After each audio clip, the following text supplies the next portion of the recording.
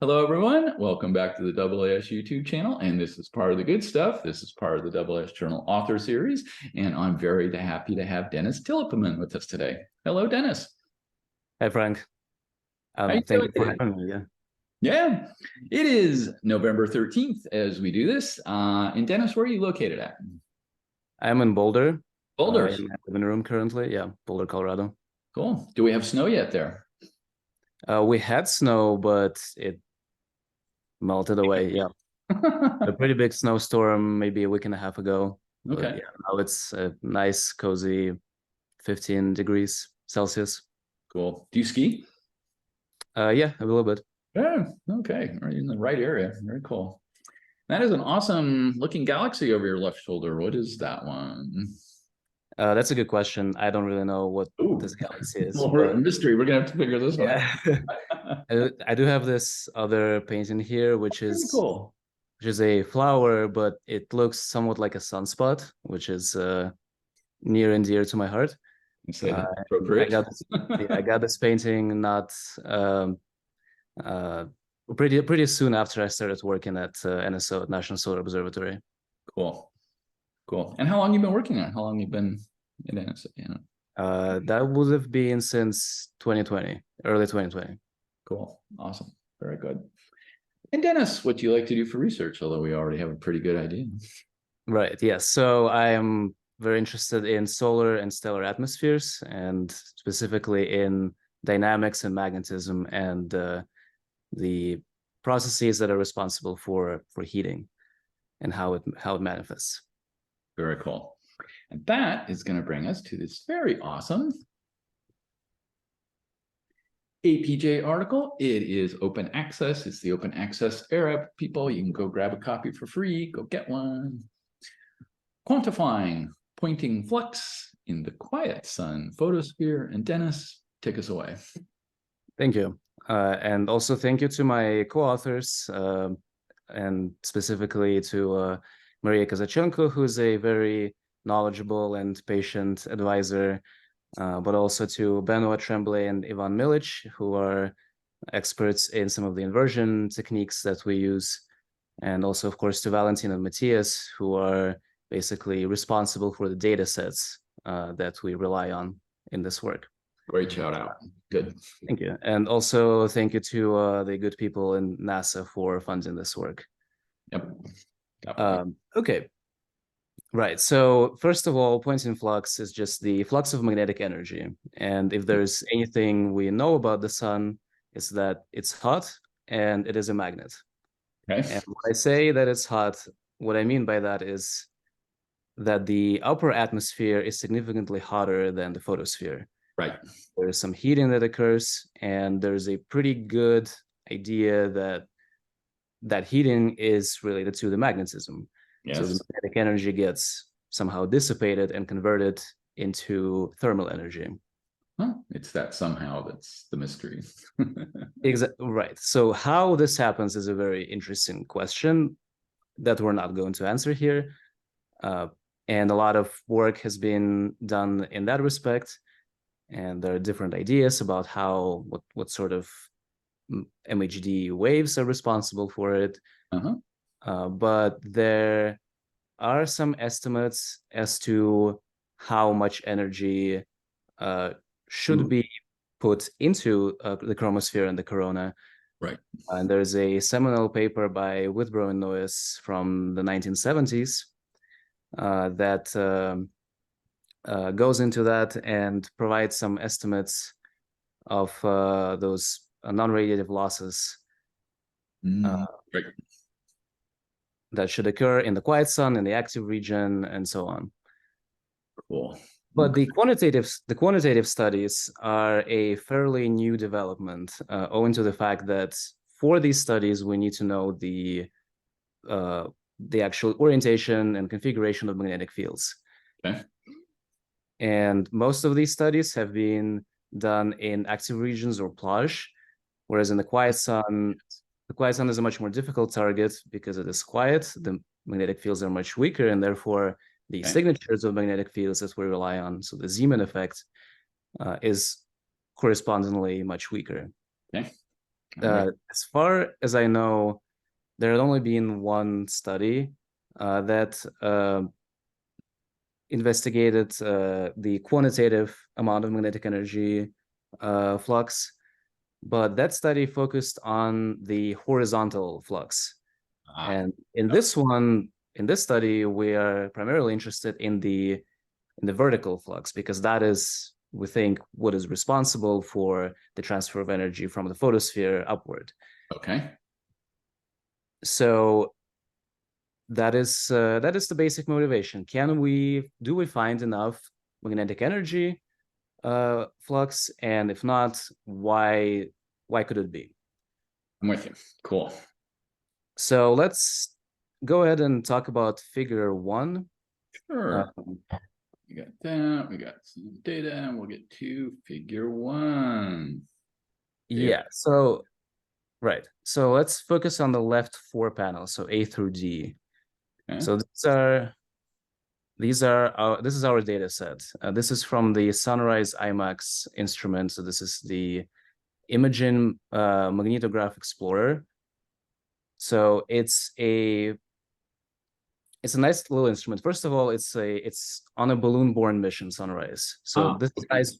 This is nice because it has less atmosphere to deal with, and the atmosphere, of course, provides some turbulence. It also has a relatively big aperture, and of course, it's not as big as DKIST, the Inouye Solar Telescope in Hawaii. Right. And this is a good time to answer this question that you might have: why not use DKIST? So there are a couple of reasons. Actually, I mean, using DKIST would be really nice. It is a, the diameter of the primary mirror is at least 4 times larger in terms of, the diameter is at least 4 times larger than any of the other currently available instruments. Yeah. However, DKIST is a very new instrument. It is a very new telescope, and it doesn't have many of the instruments. It doesn't have one instrument on the site at all. It's still in Germany, but the instruments that are there are still sort of in the commissioning phase. Some kinks that are being ironed out soon, and the instruments that are available, from which we have data available, they're basically just VBI and VISP. So VBI is just an imager, so no polarimetry information, which is critical since we want to know magnetic fields. And VISP, which is a spectropolarimeter, but it is a slit spectrograph. Okay. So why would it not work for a map like the one we're looking at? This is a map of about 40 by 40 megameters. And we're in the quiet sun regime. So we're dealing with convective overturn timescales of about 5 minutes. So by the time your slit spectrograph completes the raster, the map at the top of, or the quiet sun at the top of the map is completely different from the one at the bottom. Gotcha. I'm with you. So there are alternative configurations that we can and want to use VISP for, but for this particular one, it would not be suitable. Okay. We'll come back. Sorry? That's okay. We'll come back to that. Go ahead. Yeah. But other than DKIST, IMAX is really one of the best available data sets. It has a fairly high spatial resolution, as you can see. It is a polarimeter. It is not a slit polarimeter. It's instead of Fabry-Perot, which it has its own setbacks. So it's only recording wavelengths. It's only recording 4 wavelengths in the magnetically sensitive iron 1 5250 line. And also 1 point in the continuum. So when you do inversions, you're trying to fit to just 4 points in the line. Gotcha. Which is a bit tricky. Yes. And it has some other artifacts because it's a Fabry-Perot instruments, but those are fairly well characterized and can be removed and were removed. And finally, IMAX has a very high cadence of just half a minute. For the quiet sun, this is really fitting because we're still seeing the same granules essentially. It's not, let's say, HMI cadence of 6 Yeah. minutes. Okay. Right. They haven't done a turnover yet. Or even 12 minutes. Yeah. Right. Okay. So we have the Stokes vectors, level 1 data on the left, and we can see immediately that the Stokes V, which corresponds to circular polarization to the line of sight magnetic field, it has some features for sure. There's a region of negative polarity towards the bottom. This right here. Yeah, we will talk about this a bit later. But Okay. then the Q and U are a lot weaker, and of course, the big reason for that is Q and U are much less sensitive to magnetic field strength than V. Yeah. There's already a bias going on in this respect, and this will become important a bit later. Okay. And the 4 panels on the right, so E through H, they just show the level 2 data, the inversions that we will talk about in just a bit. There's your polarity region. Yes, in the green. Yes. Yeah, and we can also, something we can see here is the region of strong magnetic field is mostly line of sight. So it's mostly pointing away from us. Okay. Okay. Not a lot of horizontal component. Yes. Okay. I'm with you. Okay. Now let's talk about figure 2. Pretty briefly for now. Oh, this is a simulation. Okay. Right. So this is the Muram numerical MHD simulation. It was chosen because it is a state-of-the-art simulation, and this one in particular has the resolution that roughly corresponds to the highest possible resolution of DKIST in perfect conditions. Okay. This is as good as we can expect with once DKIST becomes fully online and has a really good day. Okay. Observing the sun. It's a good day. I love it. Good. So, but yeah, we will talk about the MHD simulations later, but the important idea here is we wanted to have something to refer to when we figured out what's going on in observations. We wanted to see if things we're observing are due to some biases or are they actually, do they have some physical underpinning? Okay. But for now, let's talk about the methodology. So let's go to, equations 1 through 4. I think we can have them all on screen. Yeah. Can. So S is the Poynting flux, the flux of magnetic energy, and it is defined as the cross product of electric field and magnetic field. With magnetic field, it's fairly clear. We can get it from the spectropolarimetric conversions. What about the electric field? Yes. Here we have 2 different approaches. Okay. The first one is this method is called PDFI, PDFI-SS, that relies on, I'm not going to go into too much detail, but just in principle, it relies on uncurling the Faraday's law, while also substituting the magnetic field with a poloidal-toroidal representation. Okay. And once you uncurl both sides of the Faraday's law, you get electric field and then something expressed in terms of poloidal and toroidal potentials and some unspecified potential. And that unspecified potential is then constrained with a couple of Poisson equations and the transverse plasma velocities. So again, I'm not going to go into too much detail, but the important thing is the electric field itself requires the magnetic field vector as well as the velocity field vector in this method. Okay. Now that corresponds to the equation 2. And then equation 3 corresponds to the second electric field inversion method, which relies on the idealized Ohm's law, where electric field is simply the cross product of velocity and magnetic field. And again, we need the velocity and magnetic field. And we can further substitute equation 3 into equation 1 and get the vertical, the line of sight component of Poynting flux in these two terms in equation 4. Yes. Right. So VZ BH squared and the other term. So let's talk about these two terms a little bit more. Okay. VZ BH squared, you can think of as the sort of the top of the magnetic loop that either rises in the atmosphere if the flux is positive, or sinks. Okay. It's negative. And the other term, and so and because it emerges, people call it the emergence term. Okay.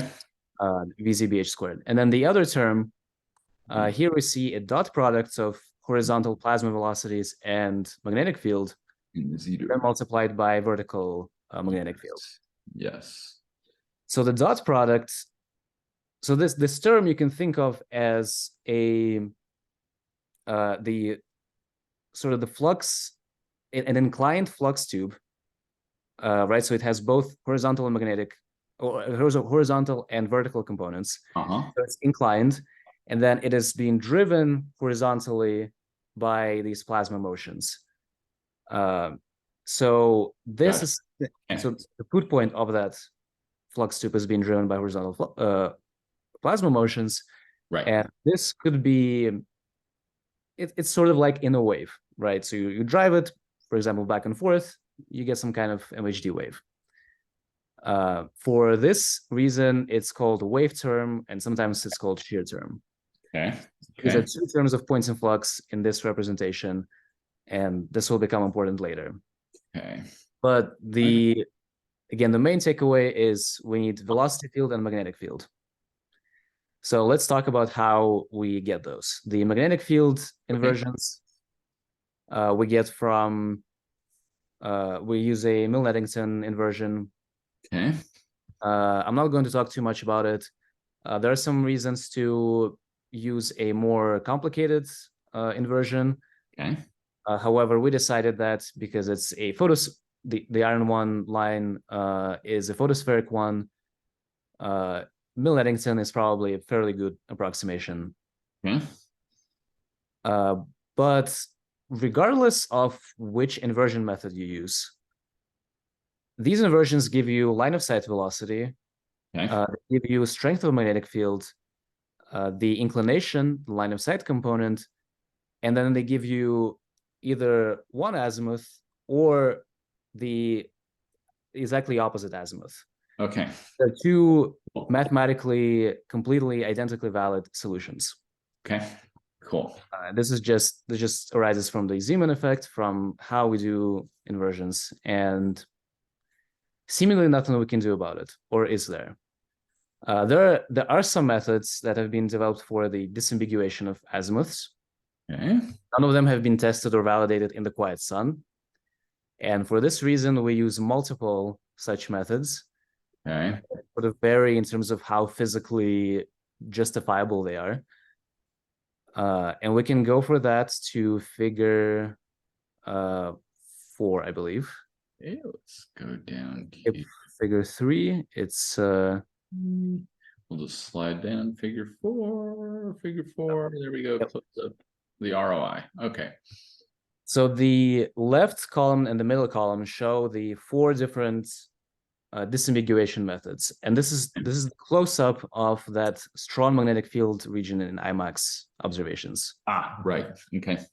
The 4 different methods are randomized azimuths. This is exactly what it sounds like. Every frame we either add 180 degrees to the azimuth or we don't. The optimized azimuths method, in this method, in the first frame, we take the azimuth for each pixel. It takes the azimuth that results in the higher Poynting flux. And then for each consecutive frame, in each pixel, we take the azimuth that is acute to the azimuth value in the same pixel in the previous frame. I'm with you. So minimizing the temporal differences. All right. And similarly, in the azimuth from a potential field approximation on the bottom left. Mm-hmm. In the first frame, we take the azimuth that is more acute to the potential field. Okay. And then in the next frames, we take the acute angle to the previous frame. Yes. And similarly, in the azimuth for minimized divergence, we minimize divergence in the first frame. Yes. And then do the same thing with the next frame. Okay. Okay. I'm with you. Cool. So in the right column, we show the horizontal and vertical magnetic field components. And we can see that the azimuths, all the azimuths on the left, in the left and middle column, whenever there is not a horizontal magnetic field, those azimuths can be ignored. They don't really mean anything. There is no horizontal component. Yes, like right here and here. Yes.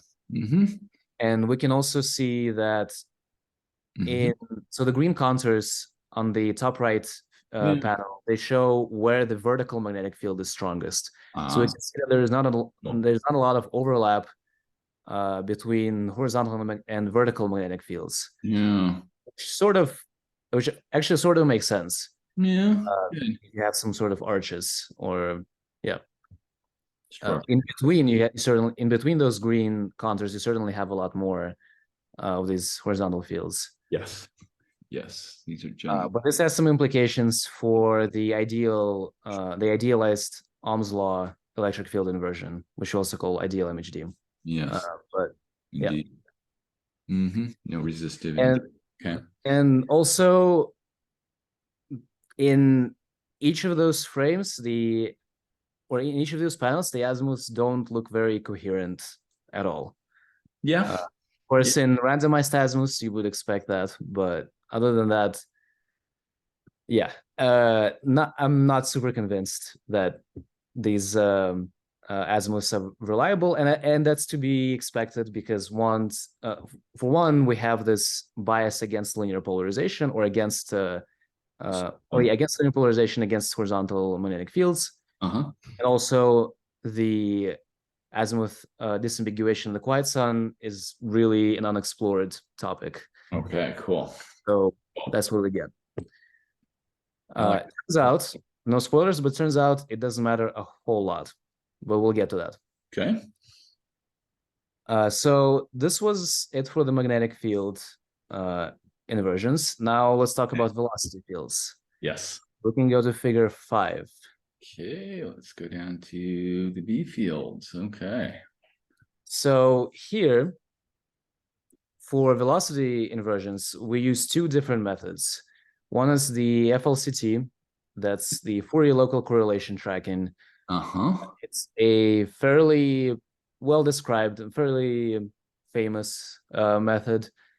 So what it does is it looks at two consecutive frames, let's say in continuum, two consecutive continuum maps, but it could also be two continuum or two consecutive magnetic field maps. Okay. And it has a slide-in window, let's say 5 by 5 pixels, 10 by 10 pixels, you can control it. Okay. And with these two frames, it looks at the same window.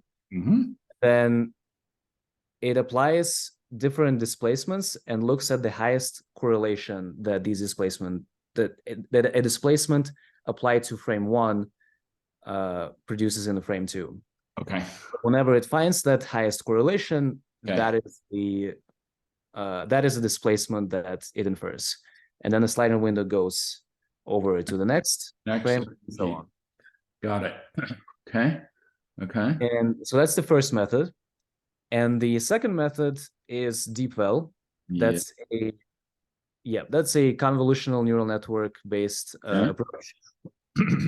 We train it on the stagger simulations that are on the left. These are also MHD simulations, but we only use them for training of DeepVel because they have similar resolution to IMAX. Okay. So we basically want to train it on something that we are going to apply it to. Correct. Okay. One of the drawbacks is, of course, that DeepVel inherits everything that is wrong with the MHD simulation. Yes. And in ideal case, it inherits it perfectly. So if you distrust the simulation, then you also necessarily distrust Default. the neural network. Yeah. Yep. So that's a significant drawback, and it's not super physical. There are variations of default that are more, or I should say, there are neural networks that are physics informed, Right. but this one is not such a one. Blind. Okay. So so figure 5 here we're Okay. showing continuum map in the stagger simulation, and on the left there are velocities that are in the stagger simulation. So this is what we're trying to achieve with both DeepWell and FLCT. DeepWell is in the middle, and of course, Smoother. we can't really measure directly the transverse velocities, even in the same way that we measure line of sight velocity. Okay, sure. I mean, people might get upset at me for saying this, but Doppler velocities are relatively easy to infer. Whereas horizontal velocities, it has to be sort of a flow tracking problem. A little different. Yep. But there is some physical understanding that we probably have about this, because there are granules. It's a convection process, so there's probably a rise, and then there are divergent flows from the middle of the granules into the intergranular lanes. Okay. And it's sort of what we see in stagger, and also sort of what we see in DeepWell, and even some of So it's not a one-to-one comparison, or not a one-to-one correspondence, but it is fairly close. And we even get some similar rotational flows in intergranular lanes. Right here. Yep. A little bit right One at the bottom. Yeah. And then towards the like towards the top. Yeah, a little bit right here. So it's doing a fairly good job, as it should. Yeah, that's different here. Okay. Yep. Now, when we look at FLCT, the discrepancy is much higher, and the flows are much more just laminar across the board. Right. It kind of ignores granules and granular lanes. It's just applying it, across the board. Right. And even the magnitudes are different. You can see that the arrows are up the bottom right, or a bit shorter. Yeah, they don't have as much topology as the other ones do. Exactly. Yeah. And why is it the case? It's probably because FLCT does much better at mesogranular and supergranular scales. Okay. It's a method that doesn't do well at such small scales. Yeah, it smooths everything out. Yep. And we can see a couple of metrics that we include. I'm not going to talk too much about them. But the C and A are just correlation metrics, and the closer they are to 1, the better. Okay. So we can see that DeepWell performs a lot better. There is a trick to make FLCT perform better, is by doing time averaging. But this is time averaging on the scales of 20 to 30 minutes, which is 5 or 6 turnovers. It's much longer than convective overturn time scale. And it's almost the entire observation length of our AMAX data set. Okay. So we would lose a lot of information by doing that. Yeah. So instead, we only use DeepWell velocities going forward. Okay. And I think the bias of the simulations. Okay. Sorry. Yeah. Right. Which is it carries the bias. That should always keep in mind. Yeah. And there's another drawback of DeepWell. We can go to figure 6. Figure 6. Okay. Here's our 3 unnumbered equation. On the relative errors. Figure 6 scatter plots. Yes. So in principle, so these are scatter plots between DeepWell, DeepWell velocities and derivatives of velocities, and stagger quantities. Ooh. Yeah. So in principle, we only need Vx and Vy, so A and B, right? We don't really need divergence or vorticity. for our Poynting flux calculations. And in that sense, DeepWell gives us really good, really good scatters. Yeah. Uh, Pearson, but Pearson 0.9. Yeah, very good. yeah. But when we look at derivatives, the picture is a little bit less unambiguous. Yeah, they're. So here, when we look at divergence, it's doing fairly well. So yeah, on panel C, divergence is pretty good. But when we look at vorticity, which is the curl of velocity, so that corresponds to all the rotational flows that happen in intergranular lanes. Yes. Here, the correlation is a lot weaker. Yes. And that can be somewhat detrimental to Poynting flux values because as we could have actually seen it on figure 1, but I'll also show it later. The Poynting flux in simulation seems to be preferentially located along the intergranular lanes. Ooh. And there is some body of literature that suggests that those rotational flows those vortices are sort of where magnetic field braids, and it could transport this magnetic energy upwards. So by having DeepWell not capture vorticities very well, we might be losing some information. Okay. And this is not something we're addressing in this paper, but possibly in the future. Cool. But okay, I think now we can talk about results. Okay. So for that, let's actually go first to figure 8. Figure 8. 7 for now. Let's talk about the left panel. So these are the spatially averaged Poynting fluxes over the entire field of view. Cool. Okay. And as a function of time, so in different frames. So yeah, now at first we're looking at the bottom line, the black one, and that's averaged over the entire field of view. And something to note here is that the estimate of necessary Poynting flux from Withrow and Noyes paper in 1977, it's at about 4 times 10 to the 6 erg per centimeter square per second. Yep. So that would be about where the orange line in the legend is. Okay. Yeah. So that would be, yeah. Oh, 4 times 10 to the 6. Yeah. Okay. Yeah. Yep. I'm with you. So that is quite a bit higher than than what we get when we average over the entire field of view. But we can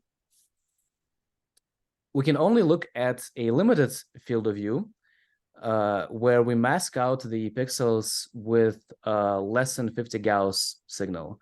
And this may sound like cheating, but there is a reason to do that. And the reason is, in those other pixels, the polarimetric signal is basically drowned in noise. And it's not necessarily that we don't have magnetic field there, it's just we don't capture it. Sure. Yes. So again, it is, in a sense, it is cheating because we're talking about magnetic energy from just the pixels with high magnetic field, relatively high. 50 Gauss isn't that high. But when we look at that, we see that the average is now oscillating around 10 to the 7. So comfortably higher than that 4 times 10 to the 6. Yes. Yes. And I should say that these Poynting fluxes are from the ideal MHD, idealized Ohm's law method. Approach. Yes. Right. 3. So in this method, we conditionally get enough Poynting flux. Okay. But you might be asking here, where are all the different azimuth disambiguation methods? And in fact, they're all here. They're just basically one line. They exactly correspond. So for that, let's go to figure 7 now. Okay. So a little bit of jumping back and forth. It's all good. It's all good. Figure 7, histograms of the Poynting flux. Okay. So here we take the least physical disambiguation approach, Okay. which is the randomized azimuths. Yes. And we do it for one frame, we do it 5,000 times. Okay. And then we compute points and fluxes. And this is what the histograms are of, the points and flux, and then the absolute value of points and flux, averaged over the entire field of view. Yes. And we can see that in both cases, they're extraordinarily closely clustered. Yes. Okay. And which means that points and flux in these observations doesn't really care about azimuth values. Okay. And why is that? Well, it turns out that the emergence term, which is represented by just a single red line, yes, corresponds to almost all of the points and flux that we see in IMAX. And if you recall, the emergence term is the VZBH squared. Correct. Yes. The VH squared makes it so that it doesn't care about the direction of transverse magnetic field, just that it's there. Yes. So that means that we're almost completely missing the other term, the wave term. First term. So yeah, so where is it? Let's shelve this question, but for now, let's go back to figure 8 and the right panel of it. Okay, figure 8, and the right panel is right there. Yes, so this is now the other electric field approach, the PDF-ISS. Right. Where we look at we will uncurl the Faraday's law. And here, because this method relies on both spatial and temporal derivatives of magnetic field, that means that any variation in azimuth will have profound effects on the derived points in flux. So in this case, there are significant variations across different disambiguation methods. Yeah. Quantitatively, in each frame. However, overall, they are all confined in about the same range. Right. So again, there's not a whole lot of difference. Factor 2 at best. Yeah, and these values, interestingly, they oscillate around 0 and are frequently negative. And in terms of magnitude, they are not too far off from the 4 times 10 to the 6 per centimeter square per second, but not quite there for the most part. Yeah. So that's another question. What is going on with the negative points and fluxes? Because that indicates sort of the downward direction of energy flux, which is not something we expect. Okay, so we have these two questions. Where's the wave term, and why is the point and flux negative? Yes. Go to figure 9, I believe. So or whatever's the next one. Figure 9. Ooh, fancy one. MURAM simulations. Okay. So this is where the MURAM simulations come in, and a bit of a lot going on here, but let's break it down. So here we're plotting the average point in flux, so averaged over the field of view of a MURAM simulation, MURAM slice. Yes.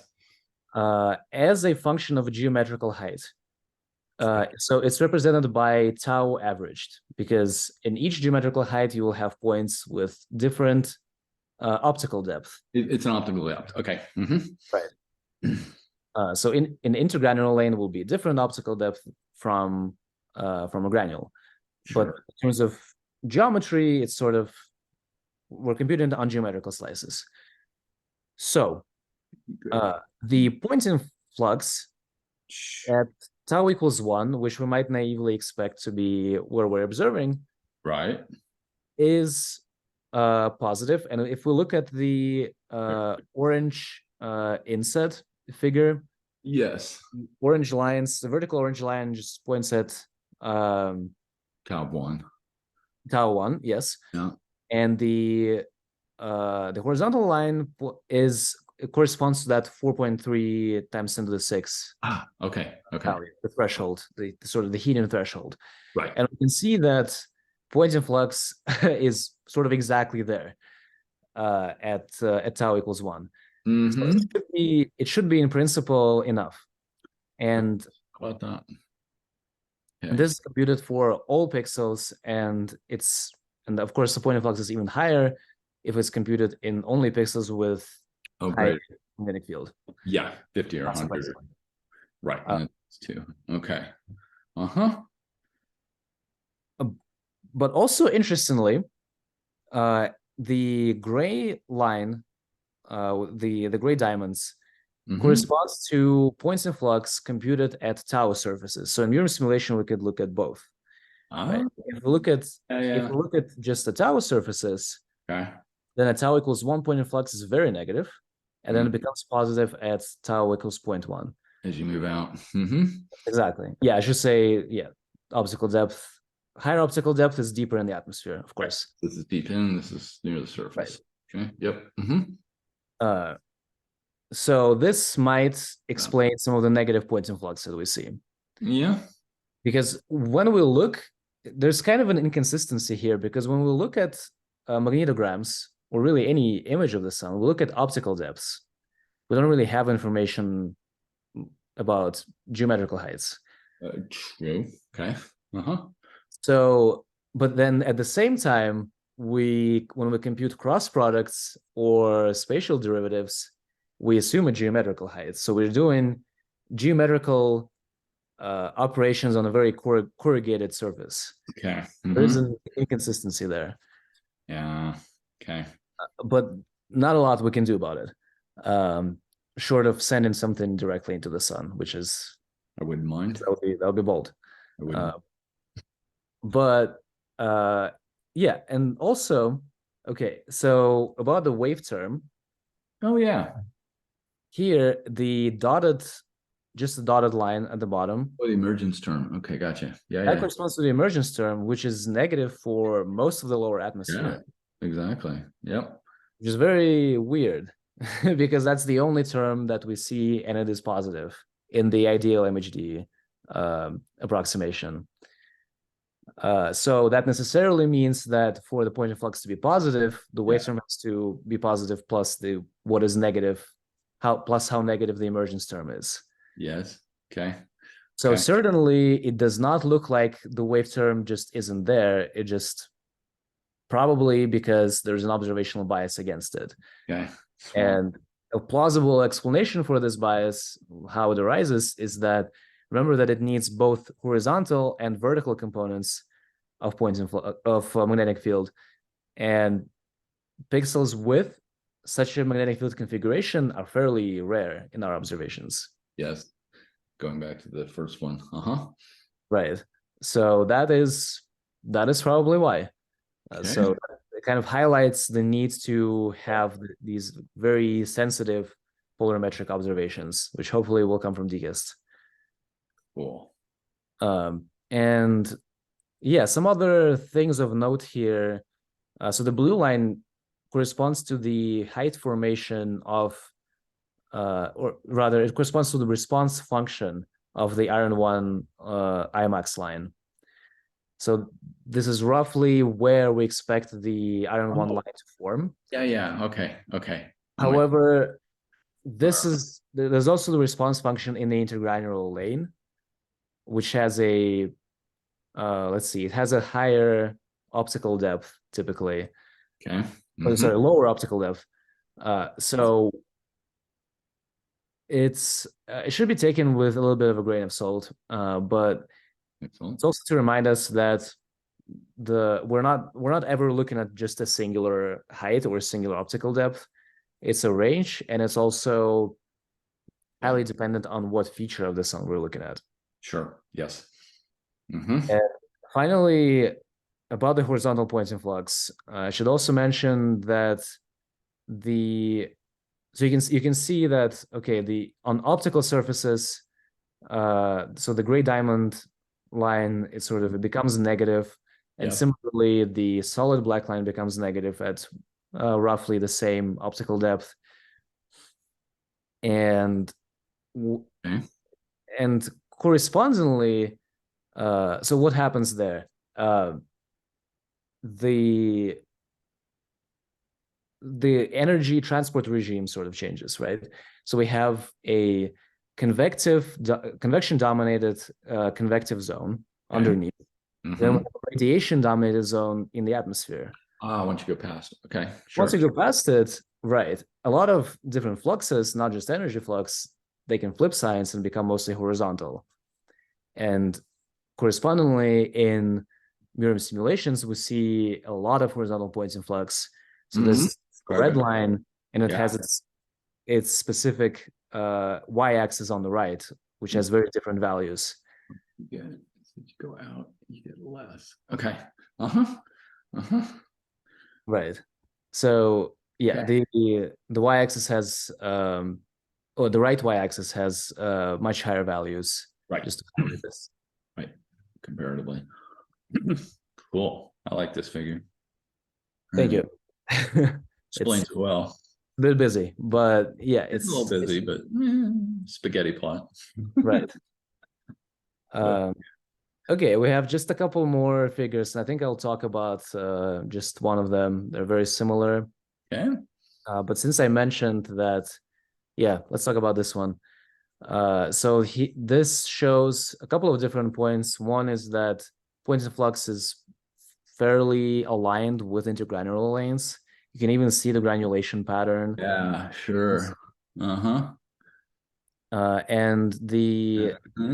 the difference between left and right plots are, Deeper tau. or left and middle, I should say, is that the left one is computed on the optical Yes. tau 1 surface, and the right one is computed on a geometrical surface with the average tau value of 1.1, Okay.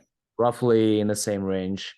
And they look fairly similar, Yeah. but there are some discrepancies. And again, there's not a lot we can do about this, but it is something to keep in mind. Yeah. Going forward. Yeah. Okay. All righty. And I think that brings us to, well, the discussion is sort of what we have been having, but I think that brings us to conclusions. Okay. All right. Very good. And we have some. We take this one at a smaller optical depth. Oh yeah, right. This is the same plot, but for a smaller optical depth. Yeah. And this table just shows all the different points and fluxes that we computed, Cool. and also a few that were computed in previous literature. Mm-hmm. So for active regions, Okay.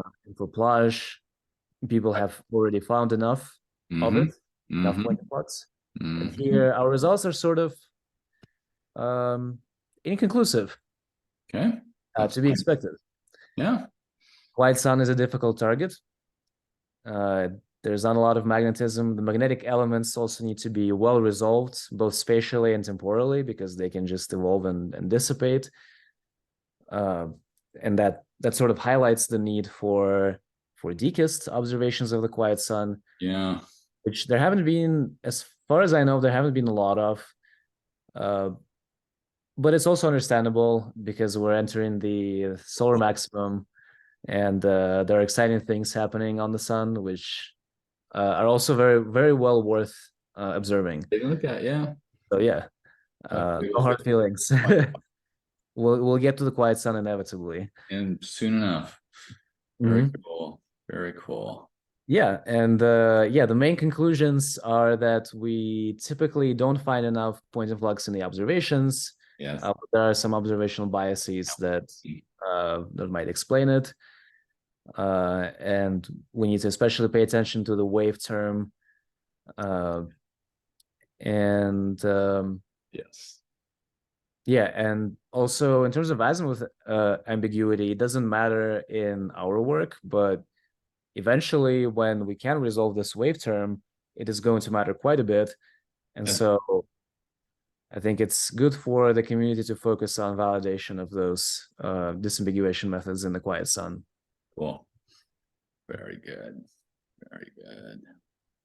Dennis, thank you so much for walking us through your very awesome APJ paper here on the quiet sun. Thank you. Yeah. Very, very nice. And you mentioned it a little bit there at the end, or actually you're doing a little bit through. So let me go ahead and push on it a little bit. And where do you think we go from here, given the published article over the next couple of years? Has anybody put in proposals for DKISS?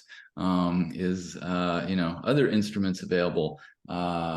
Would be worthwhile doing, well, you can always do additional simulations, but additional simulations with a different code or something along those lines. And so just sort of, as we wait for Solar Max to come and go, where do you think we go over the next couple of years? Yes, people, myself included, have submitted DKISS proposals. Good. And because it's in the commissioning phase, it's accepting more proposals than they plan to implement. And ours were accepted in both cycles, both of the previous cycles. We were not selected for like implementation in the first cycle. In the second, probably not, but we'll see. Okay. But we will keep submitting. There are some new instruments that will be incorporated into DKISS that will make it, and specifically I'm talking about VTF, the visible tunable filter. Yes. So that is really the ideal instrument for that sort of work, because it has high spectral resolution, it can achieve high cadence, and it is also not a slit spectrograph. It just observes a mosaic simultaneously. So that would be really nice. But I think in general, sort of more about the quiet sun studies will become definitely more accessible, more easily implemented. But just in general, I think solar physics is experiencing a very exciting time. Indeed.